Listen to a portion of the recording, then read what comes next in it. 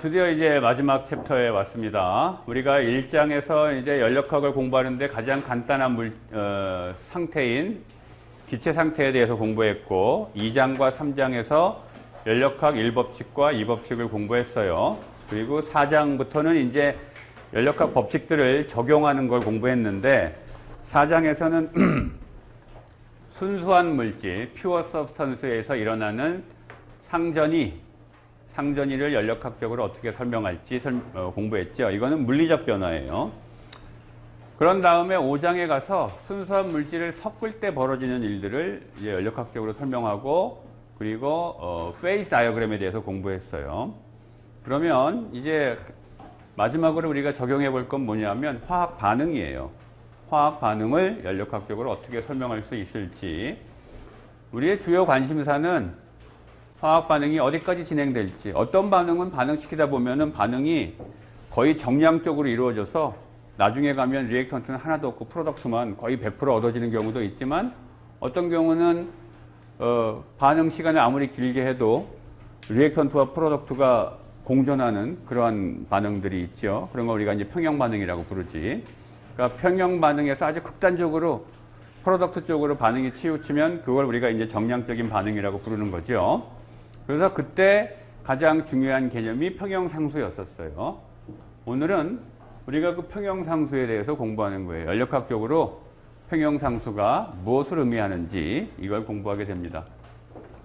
자, 화학 반응은 이제 평형을 향해서 가게 되는데, 이 평형이라는 게 다이나믹 이퀄리브리움이에요. 동적 평형.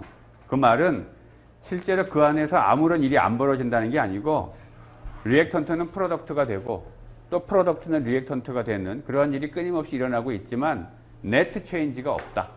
네트 체인지가 없다는 의미에서 이제 동적 평형인 것이고,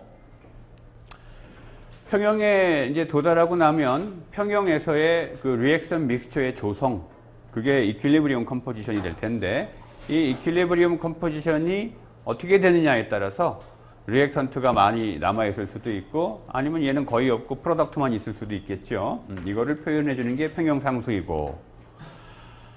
자, 이 평형상수도 우리의 아주 큰 관심사이지만, 또 하나 관심사는 화학 반응이 정반응 쪽으로 가느냐 아니면 반응이 안 가느냐.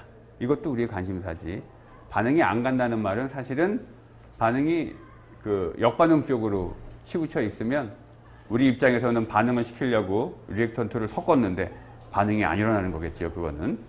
그래서 이 반응의 자발적인 방향이 어디냐, 이걸 아는 것도 굉장히 중요해요. 그런데 모든 변화의 자발적인 방향은 무엇이 결정한다고 했어요? 오버롤 엔트로피. 그런데 그 오버롤 엔트로피가 압력과 온도가 일정할 때는 깁스 에너지 변화량하고 같은 거라고 했죠. 그래서 깁스 에너지 변화량이 이제 음의 값이 되면 그 방향이 자발적인 방향이다 라는 거였었어요. 그래서 뒤에 가서 얘기하겠지만 결국은 평형에 도달하게 되면 그때의 깁스 에너지는 최저점에 도달하게 돼요. 최저점에. 이게 왜 그렇게 되는지 차차 설명을 하도록 할게요. 우리의 논의를 간단하게 하기 위해서 아주 간단한 화학 반응을 예를 듭시다. A가 B가 되거나 아니면 B가 A가 되는 이런 평형 반응. 앞에 개수는 다 1이에요. 뭐 이게 개수가 뭐 1, 2, 뭐 2, 3 이렇게 되면 복잡하니까 간단하게 하기 위해서 이렇게 합시다. 뭐 예를 들면 L-알라닌과 D-알라닌 사이에 아이소머라이제이션 리액션, 뭐 이런 거 같은 경우에가 이제 여기에 해당될 텐데, 이런 반응에서 A가 아주 미세량 D자이만큼, 자이는 그리스 문자 자이의 소문자예요. 요거 지렁이처럼 생긴 거. LG 아파트 자이 있죠? 그거의 소문자. 자, 그렇다고 한다면 A에서의 몰수 변화량은 마이너스 D자이 줄어들 거고, 그 다음에 프로덕트인 B의 몰수는 똑같은 D자이만큼 늘어나겠지. 이게 1대1 반응이니까. 그렇죠? 만약에 이게 1대1이 아니라면 이 앞에 숫자가 달라져야 될 텐데, 우리는 논의를 간단하게 하기 위해서 앞에 딱 그냥 1이라고 했어요. 얘기한 대로 DNA와 DNB는 A와 B의 몰수 변화량이에요. 미세 변화량. 여기서 지금 도입한 자이가 바로 뭐냐 하면 소위 말해서 extent of reaction이라고 하는 거예요. 반응이 진행된 정도를 나타내는 파라미터야. 자이 값이 크면 클수록 반응이 많이 진행됐다는 거고, 자이 값이 0이면 하나도 진행이 안 됐다는 거예요. 만약에 반응이 꽤 진행이 됐다. 그래서 델타 자이만큼 반응이 진행됐다라고 하면, 여기서 자이는 그래서 단위가 일반적으로 몰이에요. 몰. 델타 자이만큼 상당히 많은 양의 반응이 이루어졌다라고 한다면 초기 A의 몰수 대비 반응이 진행되고 있는 현 시간에서의 몰수는 이만큼 줄어들어 있을 거고 B는 이만큼 늘어나 있겠죠. 이와 같이 우리가 자이, extent of reaction 자이를 이용을 해서 반응이 진행된 정도를 표현할 거예요. 자, 그러면 이 자이를 이용을 해서 화학 반응이 일어나는 동안 변한 깁스 에너지 변화량, 그게 델타 G of reaction이죠. 요거를 이렇게 정의해요. 이게 무슨 말이냐면 델타 G of reaction이라는 게 뭐야? 화학 반응 동안 깁스 에너지가 얼마나 변했느냐라는 건데 이거의 단위가 몰당 깁스 에너지 변화량이었었죠. 어차피 이게 개념이 몰당 깁스 에너지 변화량이기 때문에 우리가 자이를 이용해서 정의를 하면 온도 압력이 일정할 때 자이만큼 반응이 일어나면 깁스 에너지 얼마큼 변했느냐 이거예요. 따라서 그림으로 그린다면 깁스 에너지를 자이에 대해서 그림을 그렸을 때 그 기울기가 바로 델타 G of 리액션에 해당되겠죠. 이렇게 정의를 합시다. 얘기한 대로 델타 G의 단위는 그냥 줄이 아니고 줄퍼몰이에요.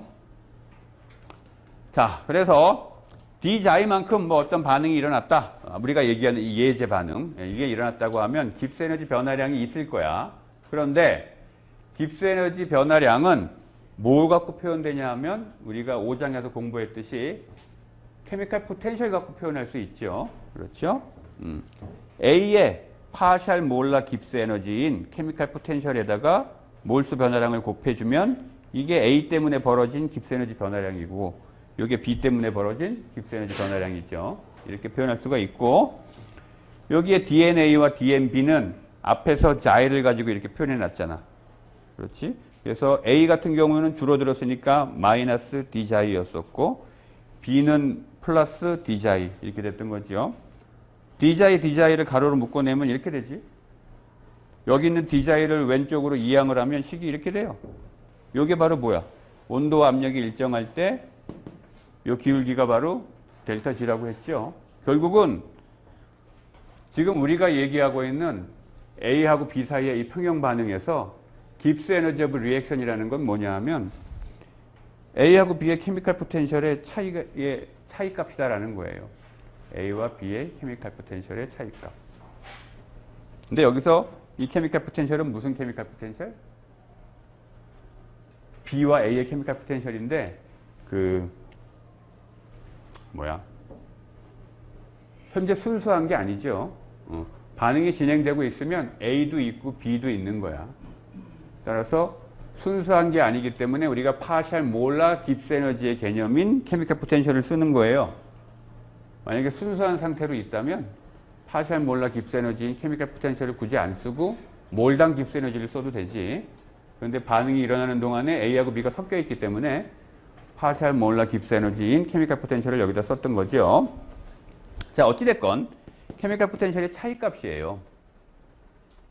결국은 앞에서 정의한 델타 G of 리액션의 정의식에 의하면 깁스 에너지를 자이 가지고 그림을 그렸을 때 그 기울기가 바로 델타 G 값이다라는 거야. 그래서 만약에 깁스 에너지가 이렇게 변한다면 왜 이렇게 변하는지는 뒤에서 설명해 줄게요. 일단 이렇게 변한다고 칩시다. 반응이 진행될수록 깁스 에너지가 이렇게 변한다면 이쪽은 어때? 어느 지점이든 기울기가 다 양의 값이죠. 결국은 델타 G가 음의 값이라는 얘기고 여기는 기울기가 0이야. 그렇지? 그러니까 델타 G가 0이고 여기는 기울기가 양이에요. 따라서 델타 G가 양의 값이지. 그러면 우리가 여지껏 계속 연력학 제2법칙에서 공부했듯이 델타 G가 양이라는 건 뭐예요? 이 반응이 자발적이다. 반응이 이렇게 가는 게 이 자기값이 늘어나는 게 자발적이다. 다른 말로 얘기하면 반응이 forward reaction으로 가는 게 자발적이다라는 걸 의미하는 거죠. A에서 B로 가는 forward reaction이 자발적이다라는 걸 의미하고 이 값이 음의 값이 나왔다는 건 뭐야? 얘가 A의 케미칼 포텐셜이 B의 케미칼 포텐셜보다 크다는 거예요. 그렇지? 뭐 대단한 의미가 아니야. 리액턴트 A가 믹스트 안에서 존재할 때 걔의 케미칼 포텐셜이 B의 케미칼 포텐셜보다 더 크면 정반응적으로 반응이 자발적으로 간다. 그리고 두 개가 같으면 여기에 도달해서 평형에 도달하게 된다. 여기에 도달하면 델타 G가 0이니까 평형이잖아. 그 다음에 이쪽 지점, 반응이 혹시라도 여기까지 가게 됐다면 이거는 역반응이 가게 된다라는 거지. 그러니까 다른 말로 얘기하면 일로 안 간다는 거지. 일로 안 간다는 거예요. 자, 그러니까 요 지점, 예를 들면 요 지점 같은 경우에는 양의 값이 나오니까 이게 B의 케미칼 포텐셜, 프로덕트의 케미칼 포텐셜이 리액턴트보다 더 커요. 따라서 반응이 정반응 쪽으로 못 가고 이쪽은 역반응으로 가게 된다라는 거야. 따라서 내가 여기서부터 반응을 시킨다면 반응은 여기서 평형에 도달하고 멈추겠죠. 이쪽에서 반응을 시키면 일로 가겠지만. 자, 이런 의미입니다. 뭐 어려운 거 없죠? 어려운 거 없어요. 조금 더 가봅시다. 이제 정리해 놓은 거야. 온도와 압력이 일정할 때 깁스 에너지가 자발적인 방향을 판단하는 기준이 되는데 결국은 깁스 에너지가 음이 나온다는 얘기는 포워드 리액션이 자발적이라는 거고 깁스 에너지 변화량이 양이 나오면 역반응이 자발적이다라는 거고 0이 나오면 평형에 도달했다는 거예요. 여기서 용어를 하나 소개하면 우리가 엑소고닉, 엔도고닉 이런 말을 해요. 여러분들이 엑소서믹, 엔도서믹 이거는 익숙하지. 발열, 흡열 이 얘기잖아요. 그런데 엑소고닉은 무슨 말이냐 하면 이 그리스 말에서 따온 건데 일을 할 수 있다, 일을 한다라는 거야. 일을. work producing의 의미고 엔도고닉은 work consuming의 의미예요. 무슨 뜻이냐 하면 델타 G가 음인 경우에는 자발적으로 정반응이 일어나는 거잖아. 자발적으로 정반응이 일어나면서 그 반응 때문에 그 에너지 가지고 일을 할 수 있다라는 얘기예요. 또 달리 얘기하면 그 에너지 갖고 또 다른 반응이 일어나도록 추진을 할 수 있다. 드라이브 할 수 있다라는 말이고. 이게 양이라는 말은, 델타 G가 양이라는 말은 정반응이 안 가. 안 간다는 얘기야. 그러니까 안 가는 반응을 가게 하려면 어떻게 해야 돼? 우리가 뭔가 딴짓을 해줘야 되겠지. 웍을 해줘야 된다. 그래서 웍이 소모된다라는 뜻이에요. 그래서 델타 G가 음인 거를 엑소고닉, 양인 거를 엔도고닉 이렇게 불러요. 이 용어도 알아두도록 하고. 혹시 여기까지 질문? 6장의 내용은 사실 어렵지가 않아요. 여지껏 오는 동안 이제 어려운 산은 다 넘었고 6장은 이게 기분 좋게 쉽게 이해하면서 마무리 지으면 돼. 6장의 이제 뒷부분에 있는 전기화학의 평형 그거는 2학기 때 물리화학 2에서 전기화학의 키네틱스하고 같이 묶어서 내가 한다고 했었죠. 그래서 6장은 이제 기분 좋게 마무리하면 돼요. 자, 그러면 우리가 지금 얘기하고 있는 A하고 B 사이의 이 평형 반응이 기체라고 합시다. A도 기체, B도 기체. 예를 들어서 이렇다고 한다면 케미칼 포텐셜의 차이 때문에 벌어지는 거라며 델타 G 값이. 그러면 케미칼 포텐셜을 기체인 경우에 어떻게 표현한다고 했어요? 이렇게. 그죠? 이렇게 표현한다고 했었지. 이상 기체는 이렇게 표현하고 실제 기체는 여기를 퓨게이스티 갖고 표현한다고 했었죠. 자, 뭐 이상 기체라고 합시다. 그러면 이렇게 표현될 거고 수식 유도를 위해서 그냥 요 비율을 요거는 원바지요. 스탠다드 프레셔인 원바고 요게 그 해당 기체의 그 파샬 베이퍼 프레셔에 해당되는 건데 요 비율을 P라고 합시다. 볼드 P. 그러면 요게 케미칼 포텐셜이고 앞에서 얘기했던 식에서 포워드 리액션 관점에서 우리가 기술을 하면 정반응 관점에서 깁스 에너지 오브 리액션을 표현하면 결국은 B와 A의 케미칼 포텐셜 차이예요. 프로덕트와 리액턴트의. 프로덕트인 B라는 기체의 케미칼 포텐셜은 이거고 A라는 기체의 케미칼 포텐셜은 요거죠.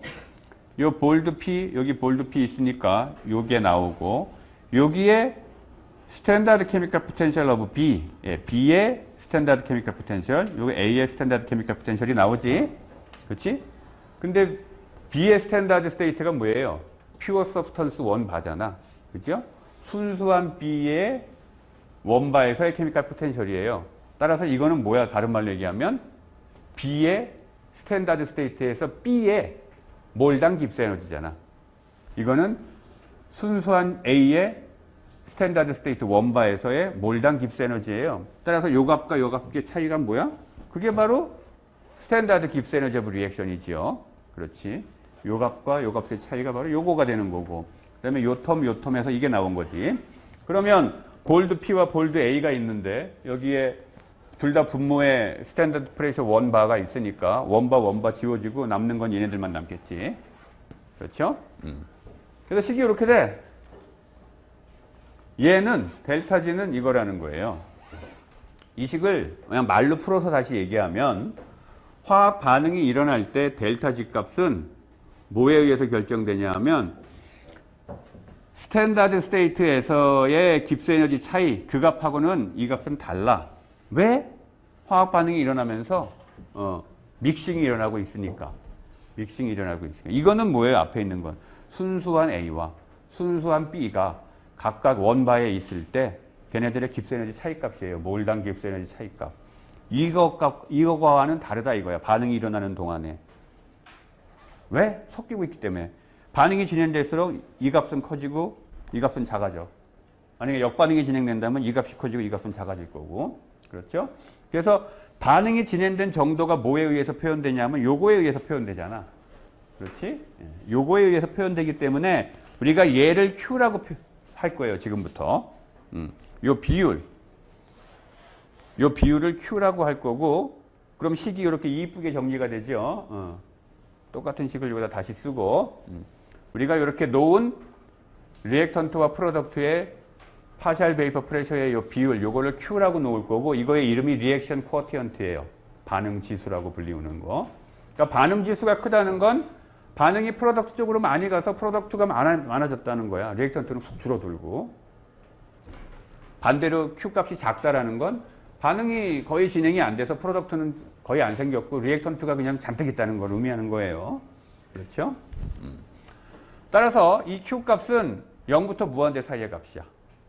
0이라는 경우는 어떤 경우가 돼요? 이게 0인 거지. 프로덕트가 하나도 안 만들어졌어. 따라서 순수한 A만 있다는 겁니다.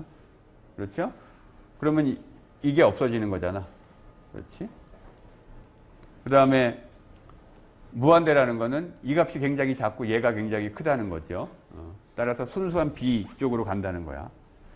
Q 값이 작으면 작을수록 반응이 거의 안 일어나서 리액턴트가 그대로 있다는 말이고 Q 값이 커지면 커질수록 반응이 정반응 쪽으로 진행이 돼서 프로덕트가 B가 잔뜩 있다는 걸 의미하는 거죠. 그렇죠? 간단한 개념이에요. 자, 여기에서 이 델타 G는 내가 얘기했던 것처럼 스탠다드 깁스 에너지 오브 리액션이에요. 이거는 이미 우리가 3장에서 다 공부했어. 이 값을 계산하는 건 깁스 에너지 갖고 계산해도 되지만 그 포메이션 리액션으로 해갖고 다른 패스를 취해서 우리가 계산할 수도 있다고 했었죠. 그래서 요 얘기부터 마저 하면 아까 얘기했듯이 델타 G는 요거의 차이였는데 스탠다드 스테이트라는 게 순수한 B가 원바에 있을 때니까 이 값은 결국은 스탠다드 스테이트에서 B의 몰당 깁스 에너지고 얘는 또 스탠다드 스테이트에서 A의 몰당 깁스 에너지예요. 그 차이를 의미하는 거고 이 차이 값이 바로 델타 G였잖아. 그렇죠? 델타 G 스탠다드였었지. 그리고 이 델타 G 스탠다드를 계산하는 거는 우리가 이렇게 계산할 수 있다. 리액턴트에 대해서 포메이션 리액션의 델타 G 값 쭉 스탠다드 델타 G 값과 프로덕트에 대해서 포메이션 리액션의 스탠다드 델타 G 값을 서머다이나믹 테이블에서 찾아서 그 값 가지고 더하기 빼기 뭐 곱하기 나누기도 안 하지. 이거는 그 정도만 해주면 계산할 수 있는 거였죠.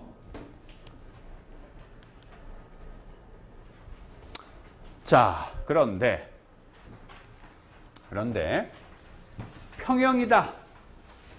평형이다라고 얘기하면 델타 G가 0인 경우예요. 델타 G가 0일 때 그때 반응 지수 Q를 우리가 평형상수라고 부르는 거예요.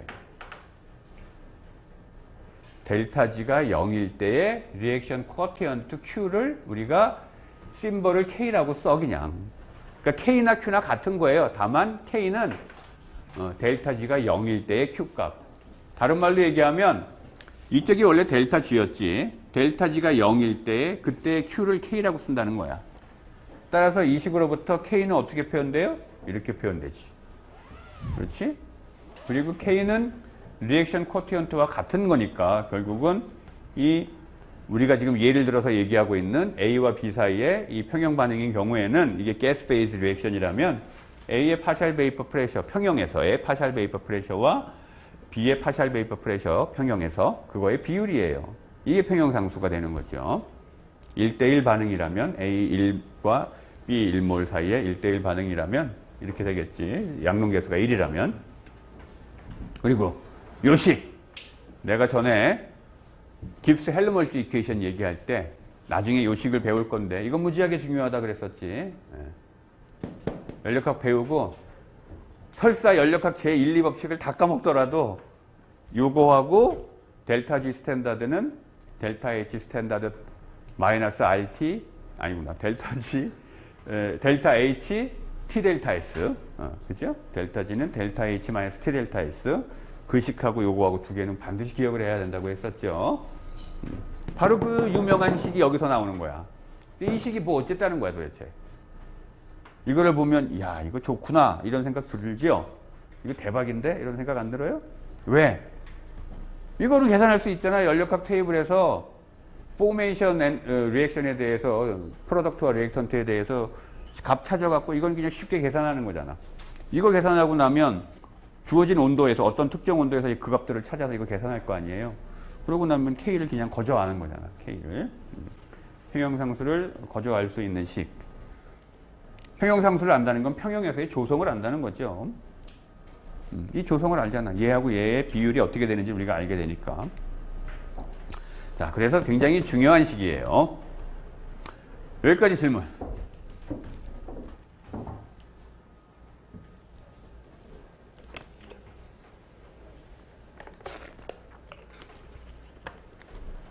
자, 그러면 조금 더 가봅시다. 여기 또 뭐가 있네.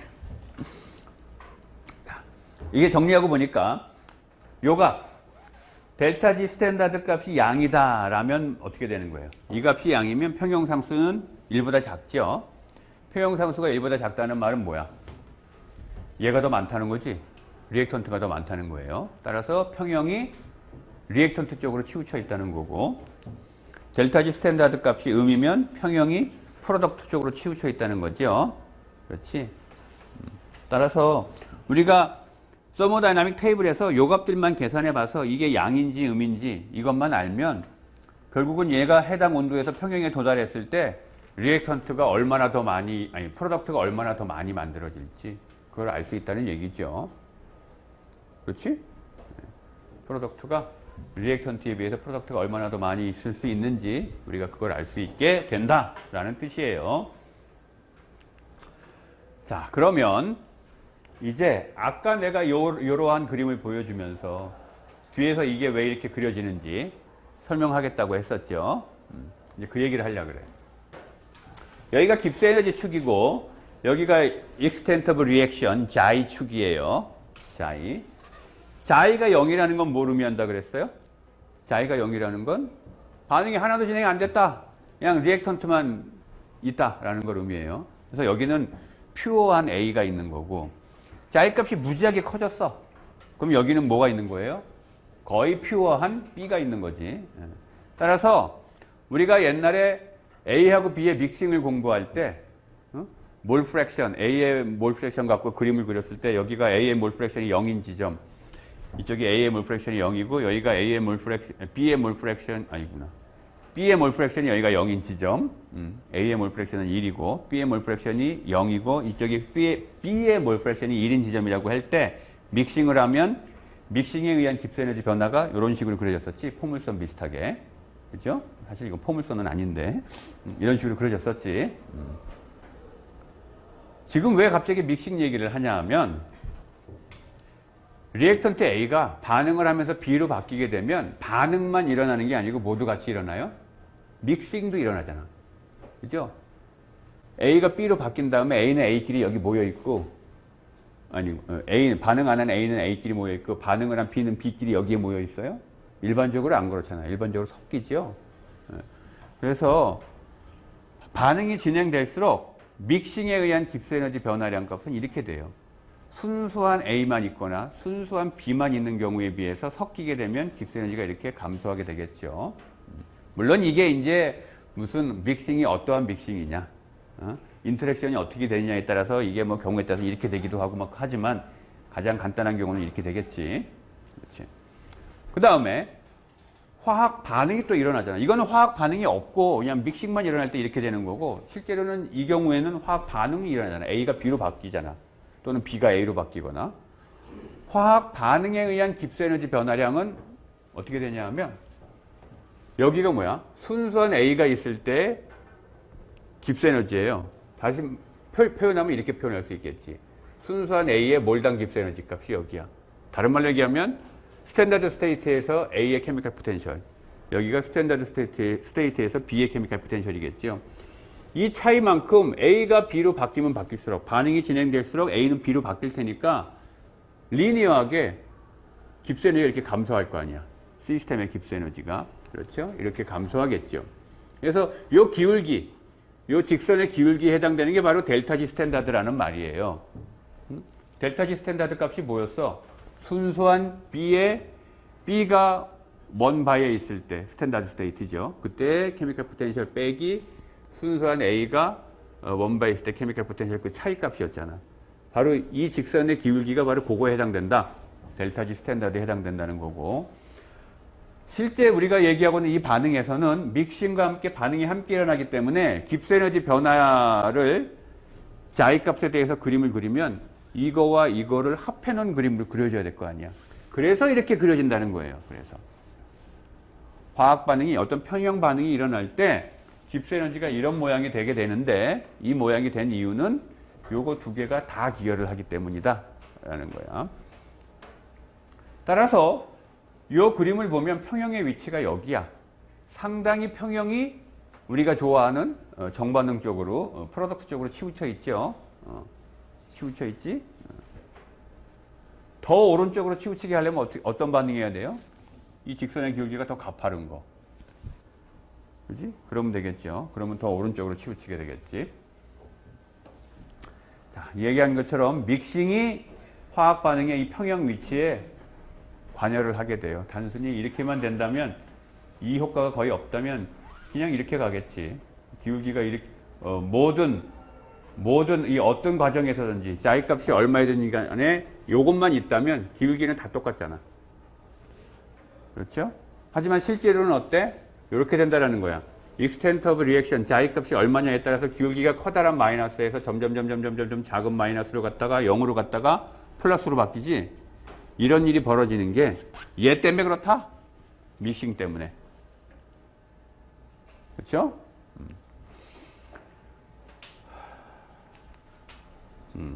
만약에 믹싱이 아무 기여를 안 한다면 기울기는 그냥 계속 이 값을 가지고 똑같은 기울기가 돼야 되겠지. 모든 과정에 거쳐서. 그런데 그렇지가 않아요.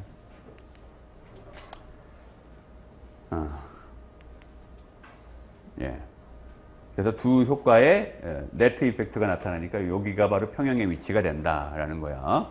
그렇죠? 자, 여기까지 질문. 이거 굉장히 중요한 개념이에요. 이 이유 때문에 우리가 믹싱에 대해서 공부한 거야, 사실은. 이것 때문에. 자, 그러면 이제 조금 논의를 확장하기 위해서 지금까지는 A하고 B 사이에 평형 반응, 그러니까 A가 B가 되고 B가 A가 되는 평형 반응, 아주 간단한 걸 얘기했는데 좀 복잡한 거, 이런 거 얘기해 봅시다. A 2개, B 1개가 반응해서 C 3개, D 하나 나오는 뭐 이런 반응이 있다고 칩시다. 이런 반응. 자, 이거 이제 카메라 좀 지금부터 계속 왔다 갔다 할 거예요. 계속 쫓아와 주세요. 자, 이런 반응이 있다고 합시다. A하고 B하고 반응을 해서 3C하고 B가 되는 이런 반응. 계속 왔다 갔다 할 거예요. 계속. 자, 이거를 그냥 수학적으로 표현해 봅시다. 이쪽을 오른쪽으로 이항을 해서 수학적으로 표현하면 이렇게 쓸 수 있겠죠. 지금 요 앞에 있는 걸 우리가 양론계수, 스토이키오메트릭 코이피션트라고 부르죠. 이렇게 수학적으로 오른쪽으로 다 이항해 놓은 다음에 이렇게 표현하고 나면 A하고 B에 대해서는 앞에 마이너스 2, 마이너스 1이 있지. 이걸 우리가 스토이키오메트릭 넘버라고 부를 거예요. 그래서 일반화시켜서 식을 쓰면 이렇게 쓸 수 있겠죠. 우변을 화학 반응에 참여하는 모든 화학종에 대해서 이 스토이키오메트릭 넘버를 곱해서 그걸 다 더하면 이렇게 식이 표현된다라는 거야. 요 식을 그냥 시그마를 써서 수학적으로 멋스럽게 표현한 거에 불과해요.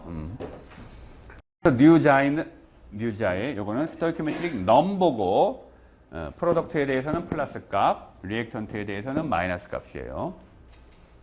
자, 그러면 아까는 반응이 자이만큼, D자이만큼 일어나면 A는 마이너스 D자이 만큼 줄어들고 B는 플러스 D자이만큼 늘어났었어. 왜냐하면 양론계수가 1대 1이었거든. 근데 지금은 그렇지가 않죠. 지금은 이 스토이키오메트릭 넘버가 리액턴트에 대해서 프로덕트에 대해서 다 1이 아니야. 게다가 이제 리액턴트는 마이너스고 프로덕트는 플러스로 표현되는 거고, 델타 자이만큼 반응이 일어나면 이 뉴 자이 값이 프로덕트냐 리액턴트냐에 따라서 부호가 다르고 그 양론계수가 1이 아니기 때문에 이 C하고 A는 1이 아니잖아. 따라서 C 같은 경우는 여기가 3 델타 자이고 A 같은 경우는 마이너스 2 델타 자이 이렇게 된다는 말이에요. 자, 그러면 이 슬라이드에서 이제 결론부터 얘기할게. 그런 다음에 다음 슬라이드에서 증명을 할 거예요.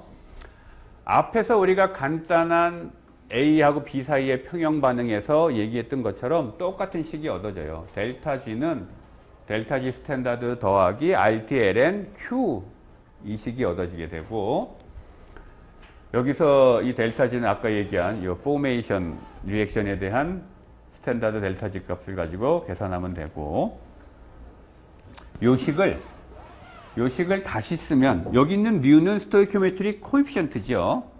코에피션트이기 때문에 여기다 앞에다 마이너스를 따로 쓴 거였어. 근데 우리가 스토이키오메트릭 넘버라는 걸 도입했으니까 리액턴트에 대해서는 요 뉴 J 값이 마이너스가 되는 거고, 얘는 리액턴트건 프로덕트건 다 사용되는 거니까 텀을 두 개를 쓸 필요 없이 이렇게 하나의 텀 갖고 표현할 수 있겠죠. 수학적으로 표현하면. 그래서 델타 G 스탠다드를 이렇게 표현하도록 합시다. 그리고 나면 다음 슬라이드에서 보여줄 간단한 유도 과정을 거치면 이 리액션 쿼티언트 Q, 반응지수 Q는 결국은 리액턴트와 프로덕트의 액티비티의 비율로 표현되게 돼요. 수식으로 표현하면 이렇게 돼. 여기 파이라는 게 나오는데 뭐 이거 수학적으로 엄청난 것처럼 보이지만 아무것도 아니죠. 아무것도 아니죠. 여러분들이 뭐 고등학교 때 이런 거 다 했으니까 뭐 i가 1부터 n까지 xi 그러면 이게 뭐야? x1 더하기 x2 더하기 쭉쭉쭉 더해서 xn까지 더한다 이런 거지. 그렇죠? 그런 것처럼 파이 i가 1부터 n까지 그러면 이것도 xi 그러면 이게 뭐예요?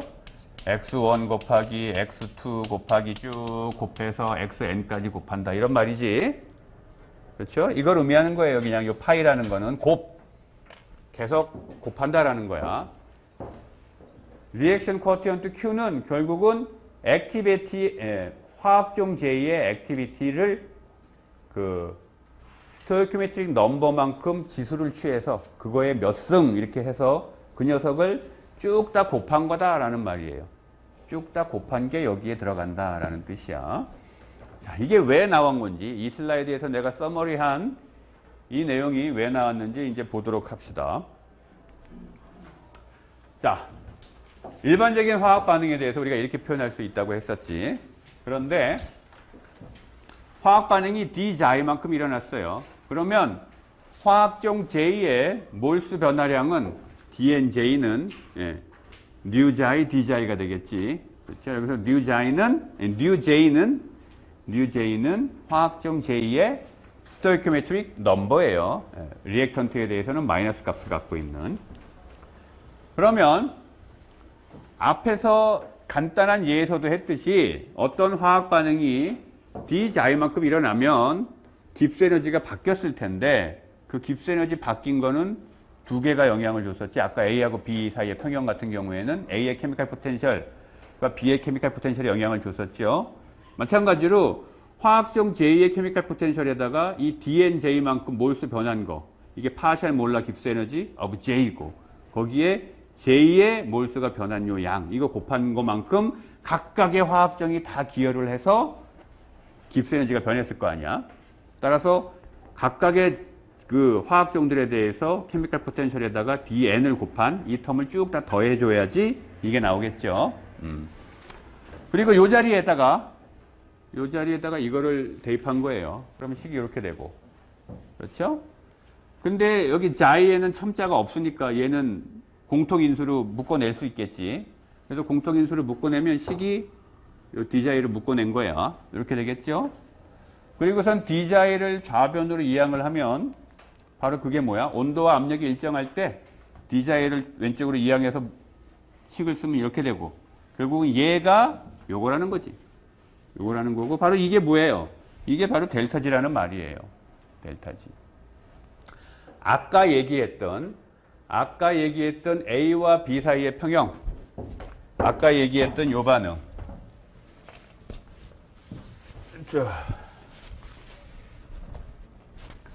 아까 얘기했던 A와 B 사이의 평형에서는 그냥 델타 G는 뭐였어요? B의 케미칼 포텐셜에다가 요 차이였었지. 그렇게 된 게 뭐예요? B는 여기가 1이고 여기도 1이잖아. 따라서 리액턴트는 스토이키오메트릭 넘버로 하면 마이너스 1이지. 그래서 이렇게 됐던 거지. 하지만 지금은 어때? 이 반응, 요 칠판에 있는 이 반응 갖고 적용하면 어떻게 되겠어요? 델타 G는 요거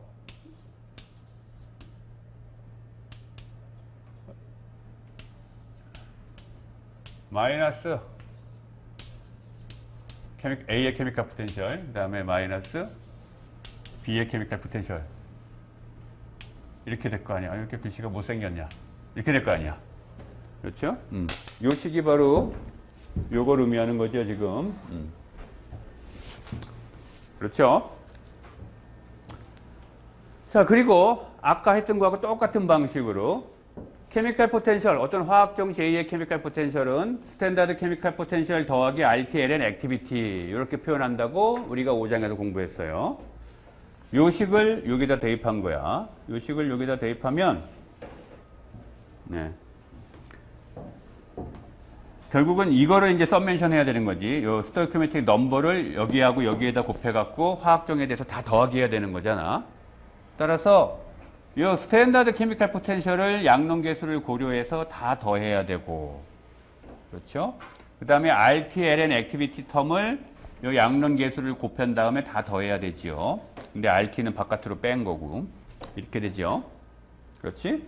근데 요 앞에 있는 게 바로 뭐냐 이거야. 요게 바로 델타 G 스탠다드 값이죠. 그지? 왜? 지금 이 반응에 대해서 적용해 보면 델타 G는 내가 다 쓰지는 않을게요. 귀찮아서. 요 스탠다드 그 다음에 C 더하기 RT LN 액티비티 여기다 또 3 곱해야지. 여기도 3 앞에 3은 있구나. RTLN 액티비티 근데 C 그 다음에 뭐 더하기 이거 D에 대해서도 쓰고 그 다음에 마이너스 2 한 다음에 A에 대해서도 쓰고 마이너스 1 한 다음에 또 B에 대해서도 쓰고 이런 텀이 여기 다 있다라는 거잖아. 그렇죠? 그러면 여기에 요 스탠다드 케미칼 포텐셜이 나올 거고 또 여기에도 D에 관한 스탠다드 케미칼 포텐셜에다가 곱하기 2란 게 있을 거고 여기에도 또 A에 관한 스탠다드 케미칼 포텐셜에다가 마이너스 2 곱한 게 있을 거고 여기에도 또 B의 스탠다드 케미칼 포텐셜에다가 마이너스 1 곱한 게 있겠지. 그렇죠? 걔네들 다 정리해 놓은 게 이거다라는 거예요. 이게 바로 뭐야? 그 스탠다드 깁스 에너지 오브 리액션이잖아. 그렇죠? 순수한 B가 이게 의미가 뭐예요? 순수한 C가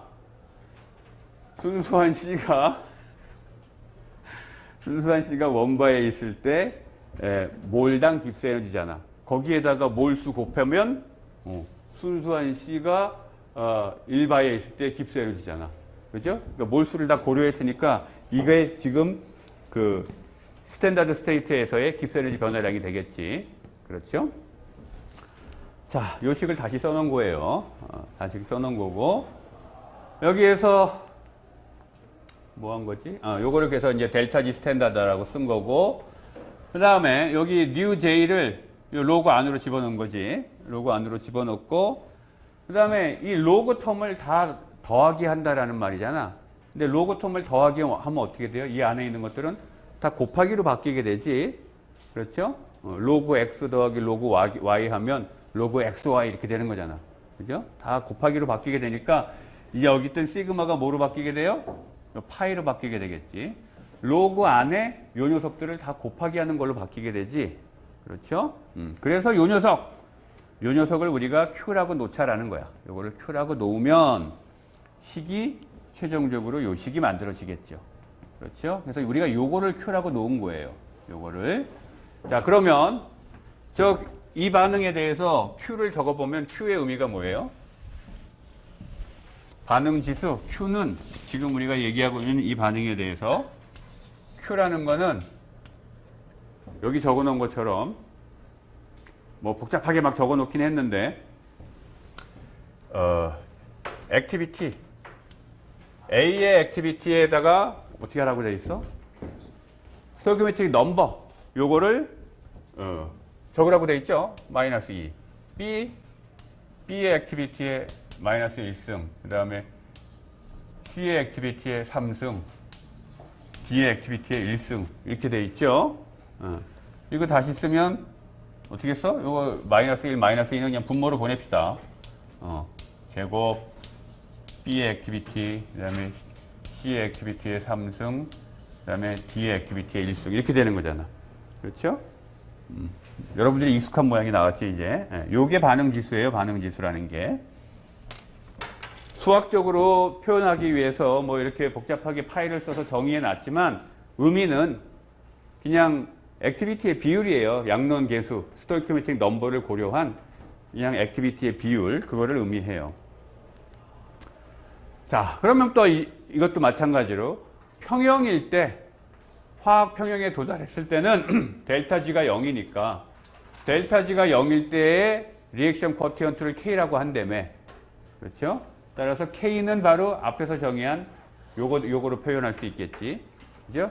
평형에서의 액티비티 이거를 의미하죠. 그러니까 K를 이렇게 표현했다면, 아니 Q를 이렇게 표현했다면 K는 어떻게 표현돼야 되겠어? Q가 이렇게 표현됐다면 K는 평형에 도달했으니까 K는 뭐 평형을 표현해주기 위해서 통상 사람들이 여기다가 이렇게 이퀄리브리움 이렇게 써요. 이퀄리브리움 이렇게. 그러면 이게 평형상수가 되겠죠. 평형에서의 각각의 액티비티들을 스토이키오메트릭 넘버를 고려해서 그 비율로 표현해 준 게 바로 평형상수다 라는 거예요. 오케이?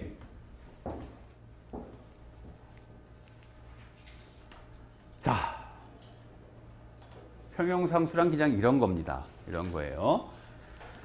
자, 그런데 사람들이 뭐 여러분들이 일반학 때 배울 때도 그랬고 뭐 아마 고등학교 화학 때도 마찬가지로 그랬을 텐데 평형상수를 표현할 때 사실 액티비티 잘 안 쓰잖아. 그냥 농도 갖고 많이들 표현하지요. 뭐 몰랄 농도로 표현하기도 하고 몰 농도로 표현하기도 하고 뭐 몰 프랙션으로 표현하기도 하고 뭐 파셜 베이퍼 프레셔 갖고 표현하기도 하고 하는데 이런 것들은 다 어프록시메이션이에요. 엄격하게 얘기하면 액티비티로 표현해야 돼. 하지만 많은 경우 액티비티는 액티비티 코에피션트 감마 곱하기 뭐 농도 이건데 그 농도가 몰랄 농도가 됐던 몰 농도가 됐던 뭐 몰 프랙션이 됐건 베이퍼 프레셔가 됐건 간에 하여간 이 액티비티 코에피션트가 거의 1에 가깝기 때문에 그냥 그걸 무시한 거지. 그건 무시한 거에 불과해요. 그런데 여기서 여러분들이 조심할 거는 액티비티는 액티비티 코에피션트 곱하기 농도인데 그 농도가 뭐든지 간에 농도를 표현할 때 항상 여기에 스탠다드 값이 들어가야 돼요. 몰랄 농도 나누기 스탠다드 몰랄 농도, 몰 농도 나누기 스탠다드 몰 농도, 베이퍼 프레셔 나누기 스탠다드 프레셔 원바 이런 식으로. 따라서 단위가 있어 없어? 없어요. 액티비티 코에피션트 감마도 단위가 없고 액티비티에 들어가는 이 농도 표현들도 원래 단위가 없는 거야. 왜냐하면 다 스탠다드 값으로 나눈 거기 때문에. 결국은 뭐야? 평형상수도 단위가 없다는 거지. 예. 그런데 실제로 여러분들이 이제 다른 과목들 공부하다 보면 평형상수의 단위들이 막 나와요. 그건 이제 다 그런 거 무시하고 이런 거 다 무시하고 그냥 표현해 놓은 거야. 하지만 연력학적인 관점에서 보면 원칙은 평형상수는 단위가 없는 거죠. 그 다음에 한 가지 또 주의할 거는 순수한 고체나 순수한 액체가 화학 반응에 나타나게 되면 순수한 액체나 고체는 액티비티 코에피션트 액티비티 값이 얼마라 그랬어요? 1이라고 했었죠. 순수한 액체나 고체는 액티비티가 1이에요. 예를 들어서 이 반응에서 요 C가 솔리드로 고체로 석출된다고 합시다. 얘하고 반응해서 이 두 개가 생기는데 얘는 고체로 석출돼. 그러면 이제 순수한 C로 석출되는 거잖아. 그러면 얘의 액티비티는 얼마라는 얘기예요? 1이지, 1. 그래서 그런 경우에는 이걸 안 써도 되죠. 어차피 1인데 뭘 써? 그렇죠? 그래서 순수한 솔리드나 순수한 리퀴드 같은 경우에는 평형상수 표현해서 그냥 빼버려도 상관없어요. 어차피 1이기 때문에.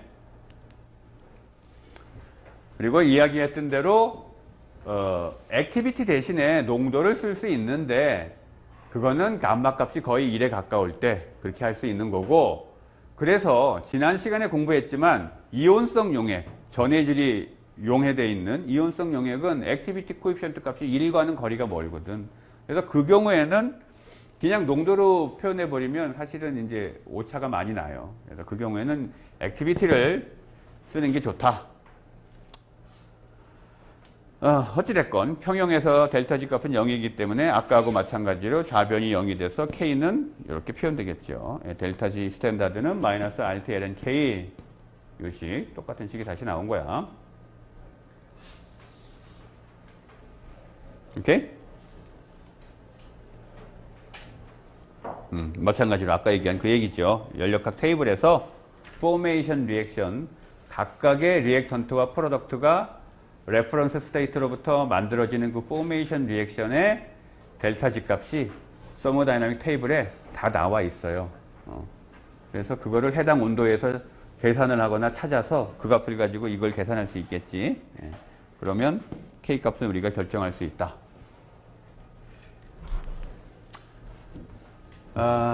또 다른 예를 하나 갖고 표현을 해봅시다. A하고 B가 반응해서 C하고 D가 되는, 이번에는 그냥 복잡하니까 다 여기를 1로 만들었어요. 그러면 이 경우에 액티비티는 액티비티 코에피션트에다가 뭐 몰 프랙션을 쓰든 뭐 몰랄 농도를 쓰건 아니면 뭐 몰 농도를 쓰건 뭐 프레셔를 쓰건 다 마찬가지인데, 어찌됐건 액티비티 코에피션트가 있으니까 몰랄 농도 갖고 만약에 표현한다면 이 액티비티 갖고 표현된 평형상수는 결국은 한쪽은 액티비티 코에피션트가 쭉 나와야 되고, 그 다음에 여기 몰랄 농도가 나오는 건데, 이게 원칙인데, 이 값들이 대부분 다 1이야. 거의 1에 가까워요. 그래서 이거 그냥 무시하면 K나 요 몰랄 농도로 표현한 평형상수나 그놈이다라는 거지. 이 값이 1에 가까우면 K나 몰랄 농도로 표현한 평형상수나 뭐 아니면 뭐 몰 농도로 표현한 평형상수나 그놈이다 라는 거야. 근데 항상 그런 건 아니지. 얘네들이 거의 1이 나오면 각각이 다 1에 가까워서 얘가 1이 되던, 아니면 각각이 다 이걸 다 계산했더니 요 값이 1이 되건, 하여간 이 값이 1에 가까워야 이렇게 쓸 수 있는 거예요. 그 다음에 여기 적어 놓은 것처럼 여기 있는 액티비티 코에피션트 값은 여러분들이 액티비티를 이렇게 표현하냐, 이렇게 표현하냐, 또는 몰 농도로 표현하냐, 이 표현을 어떻게 하냐에 따라서 이 코에피션트 값이 달라진다고 했었죠. 우리가 지난 5장에서 공부했었지. 케미컬 포텐셜 공부할 때.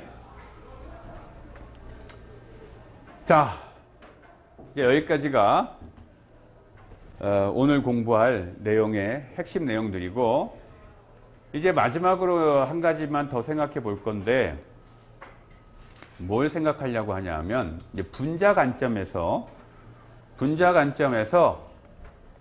평형이 어떤 반응은 정반응 쪽으로 치우쳐 있고, 이 말은 평형에 도달하고 나면 프로덕트가 득실거리고 리액턴트는 별로 없다 이 말이죠. 또 어떤 반응은 평형이 역반응 쪽으로 치우쳐 있어요. 이 말은 평형에 도달하고 났더니 프로덕트는 쥐꼬리만큼 있고 리액턴트가 득실거린다 이 말이에요. 왜 그러는지를 분자 관점에서 에너지 레벨을 가지고 한번 생각해 보자라는 거야. 그런데 여러분들이 전에도 내가 강조했지만 절대로 까먹으면 안 되는 식, 다시 적어주면 이거죠. 자,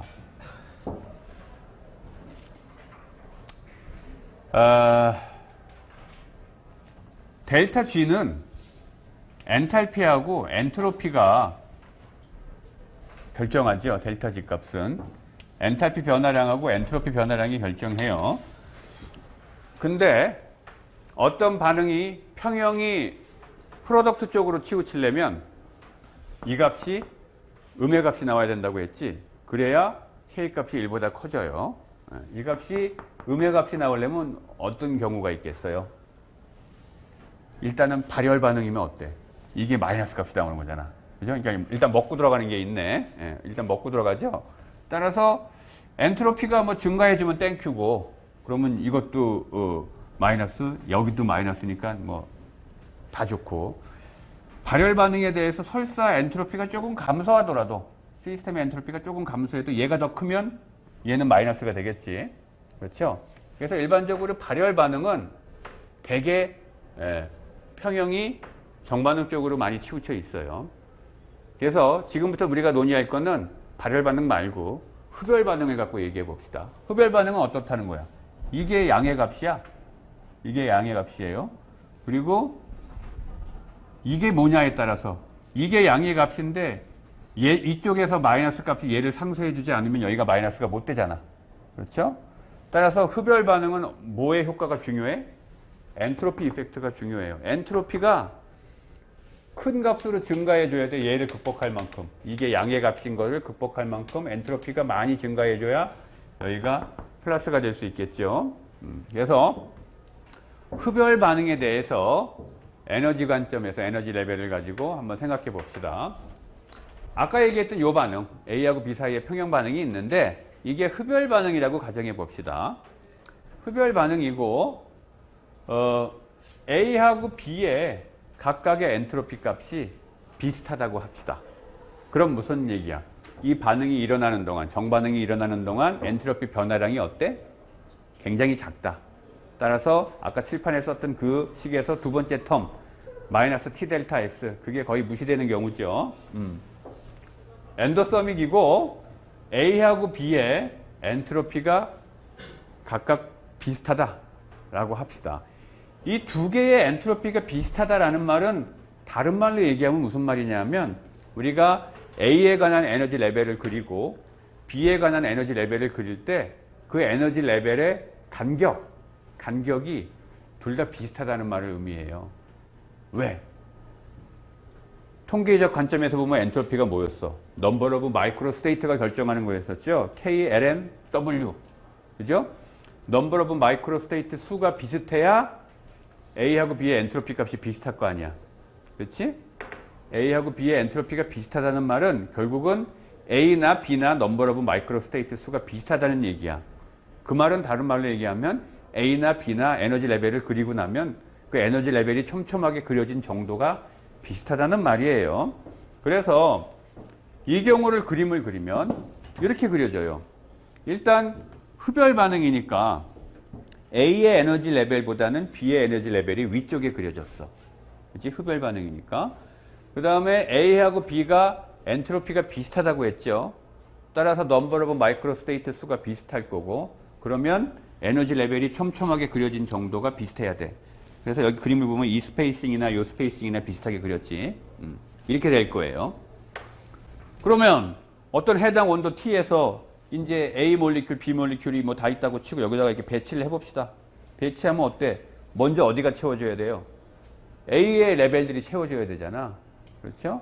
따라서 이런 경우는 압도적으로 어떻게 된다? A가 있게 돼요. 평형에 도달하면 B는 거의 없어. B는 거의 없고 A만 있게 되죠. 왜냐? A나 B나 엔트로피 값이 비슷하기 때문에 이 델타 S 텀이 무시가 되지. B의 엔트로피에서 A의 엔트로피 빼고 나면 그 엔트로피 차이 값은 거의 0이 돼버리니까 이 텀이 없어지게 되고 결국은 델타 G를 결정하는 건 이 엔탈피가 결정을 해야 되는데 이 엔탈피가 지금 양의 값이잖아. 그지? 양의 값이니까 델타 G는 양의 값이 나올 수밖에 없고 그거를 그림으로 그리면 이렇게 된다는 거예요. 델타 G가 양의 값이 나왔으면 평형상수는 1보다 작은 거니까 리액턴트가 많이 있다는 거죠. 그 많이 있는 이유가 바로 그림이 이렇게 되기 때문이다 라는 거예요. 오케이? 자, 그런데 같은 흡열 반응인데 이번에는 B의 엔트로피가 훨씬 크다고 합시다. B의 엔트로피가. 그 말은 뭐야? B는 넘버 오브 마이크로 스테이트 수가 많다라는 거지. 아니, 그렇지. 넘버 오브 마이크로 스테이트 수가 많다는 거고 그러면 에너지 레벨이 촘촘하게 있다는 거고 여전히 B가 흡열 반응이니까 B의 에너지 레벨을 위에다 그리긴 하되 더 촘촘하게 그렸죠. A는 듬성듬성 그리고 여기에다가 배치하면 A는 별로 존재할 수가 없어요. 레벨이 별로 없기 때문에. 하지만 B는 잔뜩 있게 되겠죠. 그래서 흡열 반응이더라도 프로덕트의 엔트로피가 더 커서 반응이 진행됨에 따라 엔트로피 증가가 많이 일어나는 반응이라면 그런 반응이라면 델타 G 값은 음의 값이 돼버리기 때문에 평형은 프로덕트 쪽으로 치우칠 수 있게 된다라는 말이에요. 이거를 수식으로 굳이 표현하면 이렇게 표현할 수 있어요. 요식 델타 G 스탠다드는 마이너스 RT ln K에서 K에 대해서 표현하면 익스포넨셜 펑션으로 이렇게 표현할 수 있겠죠. 그렇지? 그리고 이 델타 G 자리에다가 요식을 대입한 거야. 중요한 두 식이 다 나왔네. 그죠? 요거를 여기다 대입하면 평형상수 K를 익스포넨셜 텀 두 개의 곱으로 표현할 수가 있겠죠. 요 앞에 있는 익스포넨셜은 엔탈피 이펙트. 우리가 이걸 다른 말로 그냥 에너지 이펙트 이렇게 불러요. 엔탈피 이펙트고 요 뒤에 있는 건 엔트로피 이펙트예요. 그렇지?